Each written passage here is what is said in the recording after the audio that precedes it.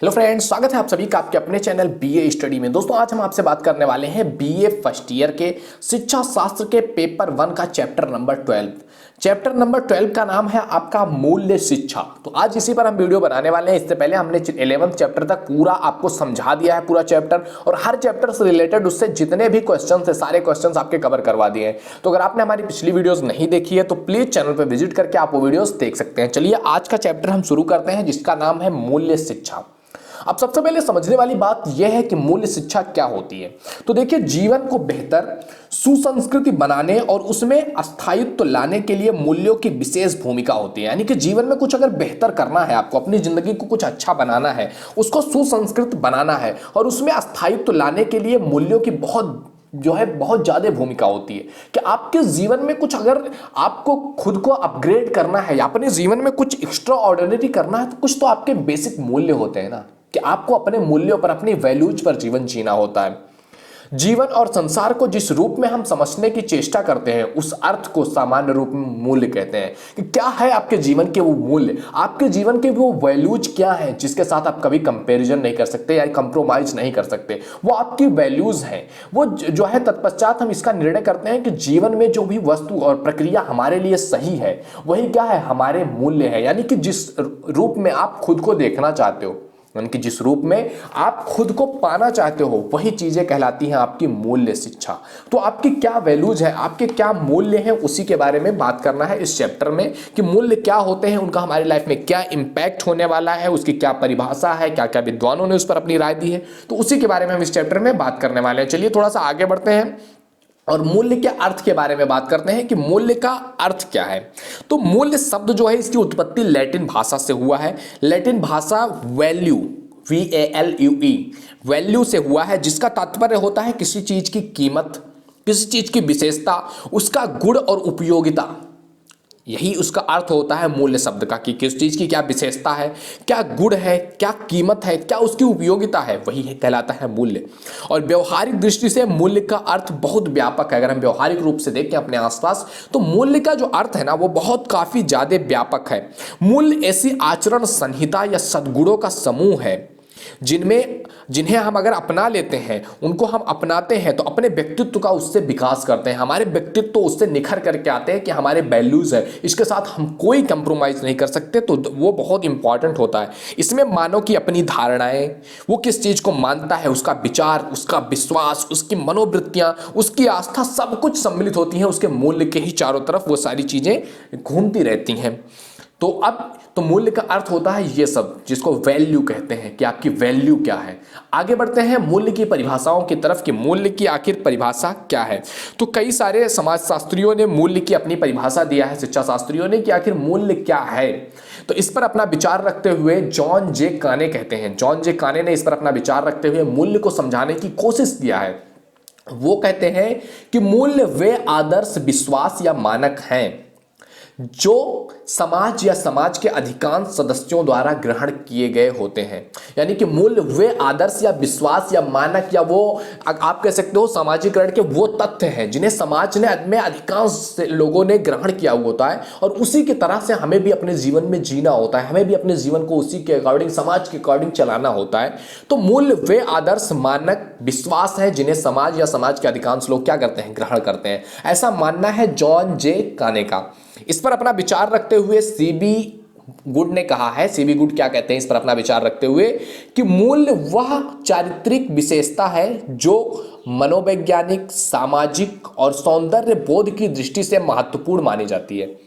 लगभग सभी प्रकार के विचारों, मूल्यों की अभिविष्टि चरित्र का स्वीकार करती है। यानी कि मूल्य वो चारित्रिक विशेषताएं जिसमें मनोवैज्ञानिक, सामाजिक, जो है सांप्रदायिक, आपकी मानसिक, आपके स्पिरिचुअल, सारा कुछ कॉन्सेप्ट एक में मिला करके अगर हम देखें, तो वो कहलाता है आपका वैल्यू, वो कहलाता है आपका मूल्य। कि आपका मूल्य क्या है, आखिर आपके मूल्य क्या है। अब आइए आगे बढ़ते हैं। मूल्य और शिक्षा की आवश्यकता और महत्व क्या है। तो देखिए भारत जो है हमारा कंट्री है, भारत भारत हमारी कला, हमारी संस्कृति, हमारा दर्शन और सभी की गौरवशाली परंपरा को सदैव गर्व करता रहता है कि हमारा इतना गौरवशाली जो है इतिहास रहा है, हमारा इतना गौरवशाली परंपरा रहा है। वर्तमान समय में स्थिति यह है कि अनास्था और पारस्परिक अविश्वास से हमारी प्राचीन परंपरा और जो मूल्य हैं हमारे, वो धीरे धीरे धूमिल पड़ते चले जा रहे हैं। आधुनिकता की अंधी दौड़ में व्यक्ति अपने परंपराओं, अपने संस्कारों से विमुख होता जा रहा है। तो परिणामतः हमारे जो मूल्य हैं वो भी दब चुके हैं, दब गए हैं। लेकिन इन मूल्यों को स्वीकार करने वालों में कमी नहीं आई है। बहुत सारे ऐसे लोग हैं जो अपनी वैल्यूज पर जीते हैं, अपने मूल्यों पर जीते हैं। तो उन मूल्यों को नकारने वाले लोगों की संख्या तो बढ़ी है, बट उसको स्वीकार करने वालों की संख्या भी कोई कमी नहीं आई है। अब क्या आवश्यकता है इन मूल्यों की, क्या जरूरत है इन मूल्यों पर हमें अपने जीवन जीने की, क्या जरूरत है ऐसा करने की? तो आपके सबसे पहला इसकी आवश्यकता, सबसे पहला निर्माण है कि ये आपके चरित्र का निर्माण करता है। अगर आपके पास कोई वैल्यू ही नहीं है तो व्हाट इज योर वैल्यू? आपकी क्या वैल्यू अगर आपने किसी वैल्यू पर अपने जीवन को नहीं जिया है? आपका क्या कैरेक्टरिस्टिक है? कुछ भी चरित्र नहीं रह जाएगा। महात्मा गांधी कहते हैं कि सच्चे चरित्र के अभाव में, सत्य चरित्र के अभाव में केवल बौद्धिक ज्ञान सुगंधित सौ के समान होता है, कि मृदा है उस पर भले ही हम सेंट मार करके उसको महका दें, बस उसके अंदर जीवन नहीं आ सकता है। इससे स्पष्ट होता है कि चरित्र मानव के जीवन में अमृत है। यद्यपि विद्यालयों में चरित्र निर्माण का प्रयास किया जाता है, लेकिन स्थिति में सुधार औरों की अपेक्षा में धीरे धीरे गिरावट आ रही है। अच्छे चरित्र का आधार मूल्य होते हैं, और अगर इन मूल्यों को लोगों को सिखाया नहीं जाएगा तो उनके कैरेक्टर नहीं बनने वाले हैं। तो सबसे पहली आवश्यकता और सबसे पहला महत्व तो इसका है कि यह चरित्र का निर्माण करता है। आइए आगे बढ़ते हैं। दूसरी आवश्यकता और महत्व यह है कि समाज के विकास के लिए बहुत जरूरी है कि मूल्यों का निर्माण हो, मूल्यों पर लोग अपना जीवन व्यतीत करें। अदरवाइज अगर हर कोई अपने मर्जी का जीवन जीने लगा तो फिर समाज जो है एक तरह से नहीं रह पाएगा और समाज का विकास नहीं हो पाएगा। मनुष्य जो है वो एक सामाजिक प्राणी है, उसमें अच्छे बुरे को समझने की शक्ति है, इसी कारण से वो नैतिक कहलाता है। मनुष्य में अगर नैतिकता नहीं है तो वो मनुष्य नहीं है। समाज व्यक्तियों का समूह है जहां मेल जोल करके अच्छे आचरण से हम एक दूसरे के साथ मिलजुल करके रहते हैं, और समाज का व्यक्ति जो विकास होता है, समाज जो आगे बढ़ता है वो व्यक्तियों के कैरेक्टरिस्टिक से बढ़ता है। अगर व्यक्ति अच्छे हैं, उनके मूल्य अच्छे हैं, तो समाज अपने आप विकसित होता है। आगे बढ़ते हैं।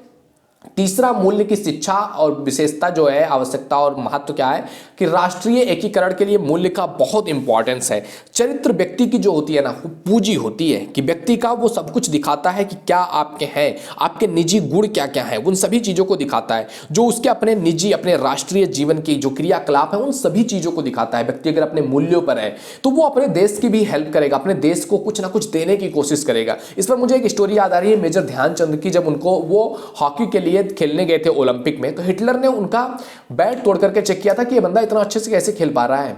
और उसने जब देखा कि कुछ भी ऐसा नहीं था, कोई भी जो है कुछ भी उसमें गलत नहीं था, जो है अच्छे से खेल पा रहे थे मेजर ध्यानचंद, उनकी स्किल्स थी, तो हिटलर ने उनको प्रपोजल रखा कि तुम हमारे देश के लिए खेलो, जितना तुम अपनी कंट्री से पाते हो ना उसका 10 गुना देंगे हम। लेकिन वो मेजर ध्यानचंद के मूल्य ही थे जिन्होंने उनको इस तरह से जवाब देने पर मजबूर किया कि मेरा काम नहीं है कि मैं मेरे देश को क्या, यानी कि मेरे देश का काम नहीं है कि मेरा देश मुझे देगा क्या क्या देगा, मेरा काम है कि मैं मेरे देश के लिए क्या कर सकता हूं। ये उनके मूल्य ही बोल रहे थे जो उनकी राष्ट्रीयता को आगे बढ़ा रहा था। देखिए आगे बढ़ते हैं। पर्यावरण शुद्धिकरण के लिए भी मूल्यों का बहुत इंपॉर्टेंस है। जो इस पर प्रोफेसर E.H. वाटसन कहते हैं कि मुझे किसी बालक को दे दो, मैं उसे पर्यावरण के प्रभाव से चोर, डाकू, हत्यारा, बैरिस्टर, डॉक्टर, प्रशासक कुछ भी बना दूंगा। कहते हैं बस मुझे जैसे ही एक बच्चा पैदा होता है मुझे दे दो, उसके बाद तुम जो बोलो मैं उसको वो बना दूंगा। ये क्या, इससे क्या मैसेज जाता है कि व्यक्ति का उसके पर्यावरण, उसके समाज, उसके मूल्यों पर बहुत इंपॉर्टेंट इंपैक्ट पड़ता है कि वो जिस तरह के समाज में, जिस तरह के एनवायरनमेंट रहता है, जिस तरह के उसके मूल्य होते हैं, उसकी लाइफ भी उसी तरह की बनती चली जाती है। आगे बढ़ते हैं।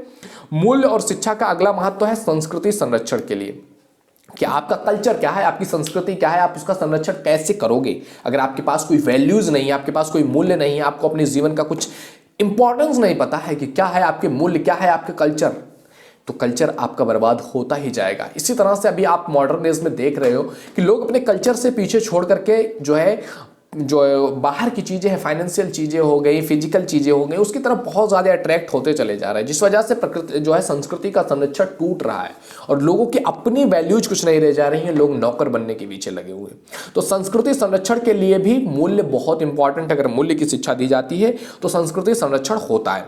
आगे बढ़ते हैं, मूल्यपरक शिक्षा के उद्देश्य क्या है।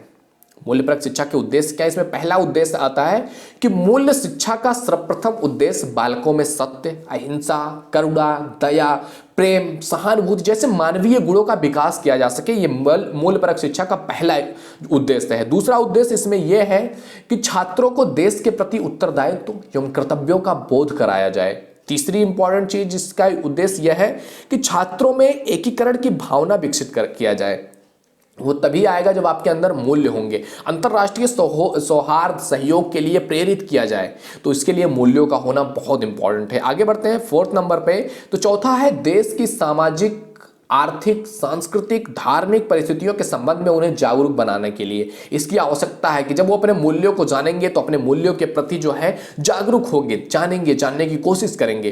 फिफ्थ नंबर पर आता है आपका छात्रों को स्वयं के जानने के लिए प्रोत्साहित करना, जिससे वह स्वयं को जानने में समर्थ हो गए। अगर आपने खुद को जान लिया तो आप पूरी दुनिया को जानते हैं, पूरे संसार को जानते हैं, और it is the main factor about your happiness. आप खुश तभी हो सकते हैं जब आप खुद को जानेंगे कि who are you in real, आप रियल में क्या हो, कौन हो। अगर आप ये जानते हो, that is the most important question of your life, who are you, आप कौन हो। अगले चीजों पर बढ़ते हैं। तो भारतीय शिक्षा व्यवस्था में मूल्य शिक्षा क्या है, इस पर बात करना है। तो भारतीय शिक्षा व्यवस्था की अगर बात किया जाए इसमें मूल्य शिक्षा की, तो इस संबंध में सर्वप्रथम जो हटांगटे समिति है 1929 में इसने स्पष्ट किया था कि विद्यालय के अतिरिक्त, यानी कि इसके अतिरिक्त जो है डॉक्टर जाकिर हुसैन वाले जो संस्था है उसने भी बताया था कि विद्यालय में धार्मिक निर्देशों की शिक्षा दी जानी चाहिए, यानी कि धर्म के बारे में कुछ ना कुछ उनके अंदर डालना बहुत इंपॉर्टेंट हो जाता है। इस पर जो है अपना विचार रखते हुए राधाकृष्णन आयोग ने भी इस पर सुझाव दिया था 1948 में। इस आयोग ने राधाकृष्णन की अध्यक्षता में इस आयोग का नियुक्त किया गया, राधाकृष्णन आयोग का, और इस पर किया जाने पर निश्चित किया गया कि विश्वविद्यालयी शिक्षा आयोग में धार्मिक एवं नैतिक शिक्षा के संबंध में सुझाव दिया गया कि क्या क्या होना चाहिए।